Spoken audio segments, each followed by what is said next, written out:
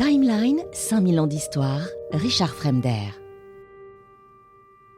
Alors on a entendu aussi, j'essaye de vous donner un petit peu des billes, des biscuits pour répondre à tous les crétins qui vont vous envoyer, si vous avez envie de parler de Napoléon, qui vont vous envoyer des idées toutes faites. Oui, c'est aussi un va-t-en-guerre, il a constamment fait la guerre, il a fait que ça, il aime que ça d'ailleurs. Là encore, mais j'allais dire comme toujours en histoire et comme toujours en science en général, il faut nuancer.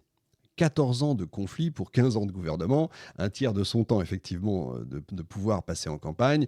Incontestablement, Napoléon est un chef de guerre. Ça, ce serait complètement crétin de pas être d'accord avec ça. Mais ce serait historiquement malhonnête de considérer qu'en fait, il voyait la guerre comme seul moyen de sa politique. Selon Thierry Lenz, qui est quand même un des grands spécialistes de Napoléon, quand même, je cite, « Les facteurs géopolitiques anciens, la lutte franco-anglaise pour la prépondérance en Europe, commencée sous Louis XIV d'ailleurs, l'héritage des guerres révolutionnaires, sont la toile de fond d'un pugilat général sur le continent dont il n'était pas seul responsable. » Et effectivement, quand on regarde un peu dans les détails, jusqu'en 1809, il n'est en fait que l'héritier des guerres qui ont été déclarées à l'Europe par les révolutionnaires en 1792. Alors après, il est certain qu'une fois les batailles remportées, il faut asseoir le système européen issu de ces victoires, ce qui l'oblige fatalement à aller toujours plus loin. Et puis vous me direz, pour un militaire, qui plus est un stratège comme lui, ne pas vouloir profiter à fond d'un outil militaire exceptionnel pour imposer ses projets, ce serait quand même dommage. Je plaisante évidemment. D'autant que, on ne va pas se tromper, Napoléon n'a jamais déclaré une guerre.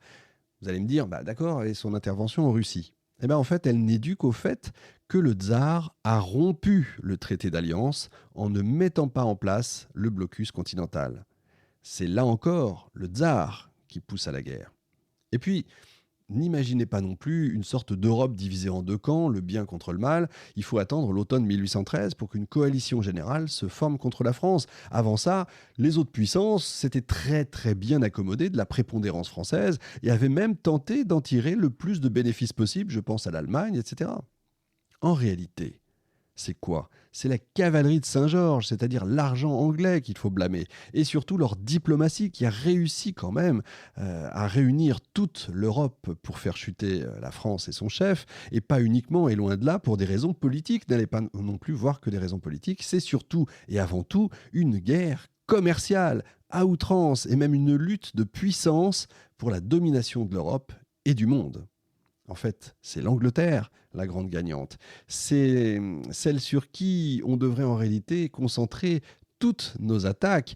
C'est justement ce qui en fait un paradoxe. C'est elle qui va dominer le monde jusqu'en 1918. Alors, il aurait fait également, et c'est la fin du film de Ridley Scott, des millions de morts. Oh là là, quel monstre. Et puis, on vous donne des chiffres absolument incroyables. Oui, c'est vrai, les guerres font toujours des morts, vous allez me dire.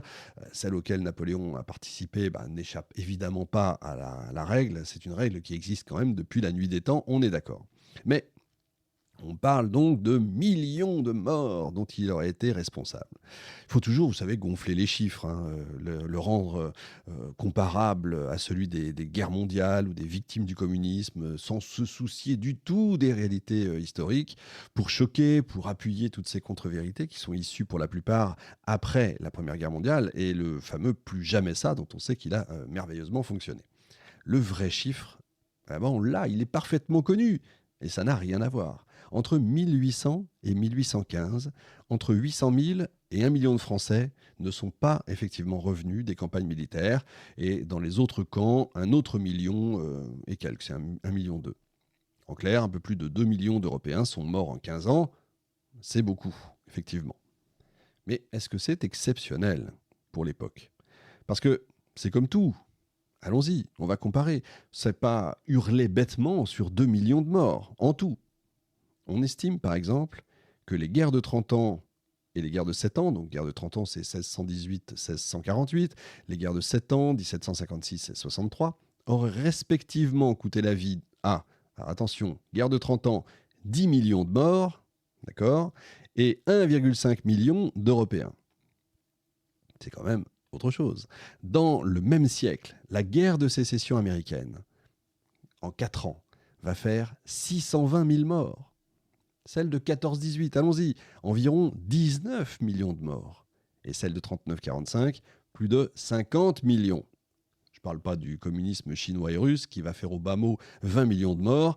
Dans cette... Alors, ce n'est pas une compétition, évidemment. Hein, il n'y a pas le plus, le moins, le plus ceci, le moins cela, c'est vrai. Mais on se rend compte quand même que Napoléon est quand même loin de remporter la Palme d'Or. Alors, il aurait été également esclavagiste, raciste. Ouais, ça, c'est les grands trucs d'aujourd'hui.